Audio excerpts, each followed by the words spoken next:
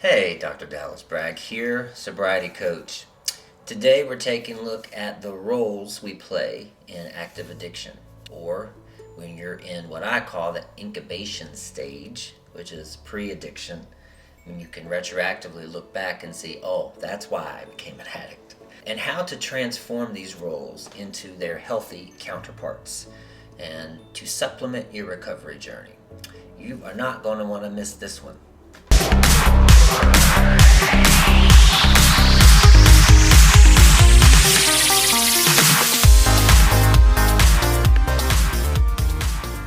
I can remember many nights pulling into the driveway after a long day of work. This was when I was closeted, married, with 2 kids. I remember sighing pretty heavily most nights, which indicated that I was feeling pretty shell-shocked by all the roles that I had to play that day. I had to be the crafty salesman. I had to be the influential leader, the responsible citizen, the supportive coworker, the obedient subordinate, the charismatic networker. That's all in one day. Changing hats all day is exhausting. Each of these roles requires its own set of unique perspectives, right? Responses and approaches. It can be easy to lose yourself, your sense of self in all of these roles. Or, as it was with my case, the multiple roles allowed me to drown out my sense of self. It's because I believed that my true self was going to be rejected, that it was abnormal. So, back to my story. Car lights driving into the driveway would always prompt what I would see 2 little silhouettes running through the house. And it was my kids. They were coming to meet me at the door, daddy, daddy, daddy. Now, it was time for me to take on new roles. The playful daddy, the academic scholar, I was always working on school, the attentive husband, the handyman, the gardener, the shrewd financial manager. At some point, I would finally collapse into bed. So, all these roles, this prior list that I'm talking about, they were really sub-roles. My main arc, my main character, was playing the martyr. The story that I had in my head, it placed me as the sacrificial lamb to keep everything else alive around me, like a plate spinner. And I thought of myself as a hero because I placed my needs last. But the truth was that I made myself indispensable so I could feel a shred of self-worth. Didn't have it inside, so I had to get it somewhere. If we aren't claiming our inherent worthiness, what we're born with already, we're going to look elsewhere to fill that gap. My story is a prime example of how addiction does not discriminate, because from the affluent to the homeless, I'm not saying that they both have the same trials and tribulations, but they do share common ground. Because externally, I was an all-American dad, right? I was a successful leader climbing the ladder. But internally, my emotions were bubbling up, and they were churning like a volcano, like volcano lava. But fortunately, there's an academic term to describe my behavior, my martyr-like behavior at that time. And so if we look at Stephen Karpman's drama triangle, I'll bring it up here. He coined the various roles of dysfunctional social interactions.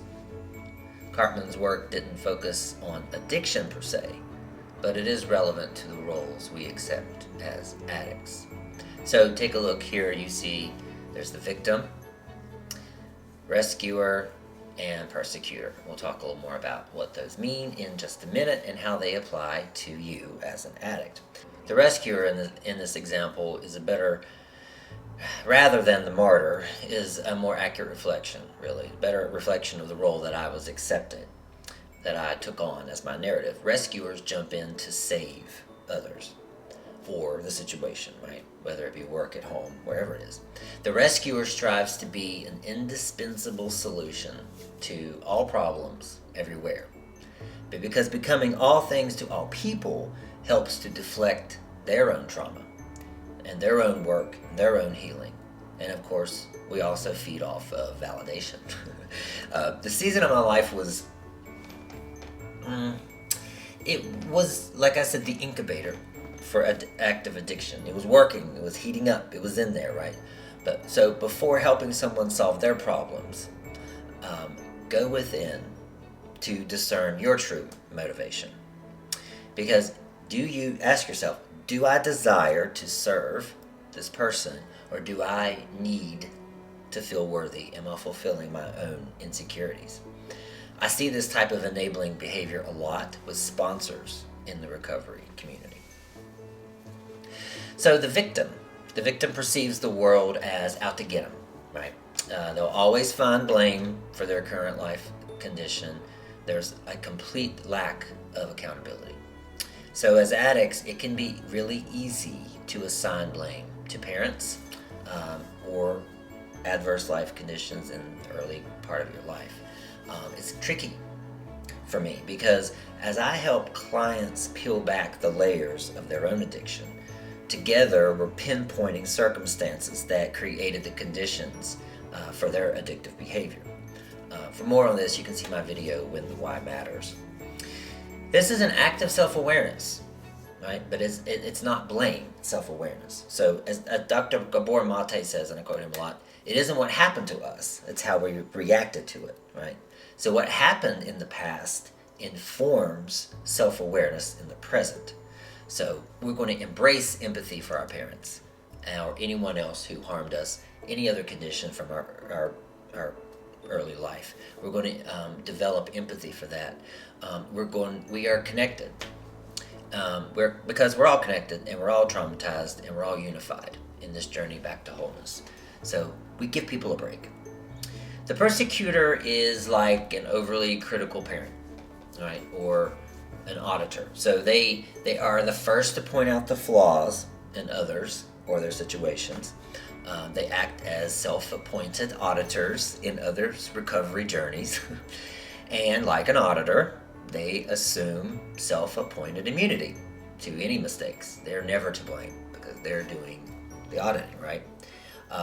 This role can be seen among a lot of veteran sobriety people in recovery. The persecutor's restrictive and punitive approach, it really creates an unsafe environment for newly sober folks. I hear a lot, this is how I did it and what the big book says, so it's the only right way.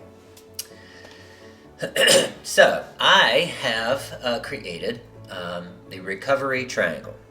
It's inverting the drama triangle to help you elevate and supplement your recovery journey. So for your consideration, I've created an inverse of the traditional drama triangle. Here it is. If you identify with one or more of the drama triangle roles, this is going to give you a blueprint for evolution. As with anything else, every role has a light and shadow aspect. So I presented them here. I presented the light aspects of the shadow drama triangle. So you see we have Alchemist, Unifier, and Healer.